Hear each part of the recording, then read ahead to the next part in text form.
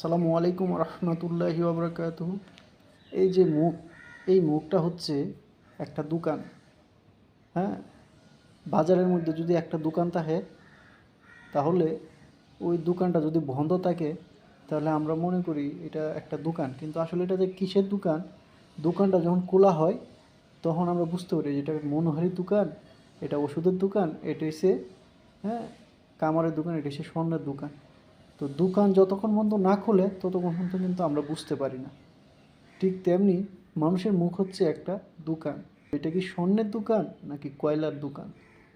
তো আমার প্রাণপ্রিয় ভাই ও বোনেরা, আপনারা যে যেখান থেকে আমার এই কথাটা শুনতেছেন, হ্যাঁ, তো এই দোকানটাকে আগে ঠিক রাখেন। এই জন্য আল্লাহ সুবহানাহু তাআলা, হ্যাঁ, কোরআনে সূরা মুলুক ৬৭ নম্বর সূরা ৩০টা আয়াত, এই আয়াতের মধ্যে আল্লাহ সুবহানাহু ওয়া তাআলা ১৩ নম্বর আয়াতে বলছে, ইন্নাহু আলিমুম বিজাতিস সুদূর। মানে আল্লাহ সুবহানাহু ওয়া তাআলা আমাদের অন্তরের অন্তর্যামী, মানে আমরা কি কথা বলতে চাচ্ছি বা কি বলবো সেই কথাটুকুও কিন্তু আল্লাহ সুবহানাহু ওয়া তাআলা আগে জানে। ইন্নাহু আলিমুম বিজাতিস সুদূর। তো আপনি একটা কথা বলার আগে, হ্যাঁ, আপনার নফসকে আপনি জিজ্ঞাসা করুন যে আমি যে কথাটা বলছি সেটা কতটুকু গুরুত্বপূর্ণ বা কতটুকু খারাপ।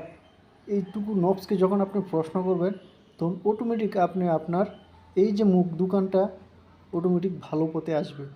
তো এই মুখ দোকানটাকে আপনি কখনো, হ্যাঁ, কয়লার দোকানের দিকে নেবেন না। যতটুকু পারবেন দুনিয়া থেকে, হ্যাঁ, এই মুখটাকে সঠিকভাবে নিয়ে যাওয়ার জন্য স্বর্ণের দোকানের মতো করে রাখবেন এই মুখটাকে। তো আজ এখানেই শেষ করছি। আসসালামু ربنا আলাইকুম آتنا في রহমতুল্লাহি ওয়া বারাকাতুহু। الدنيا حسنة وفي الآخرة حسنة وقنا عذاب النار. ربنا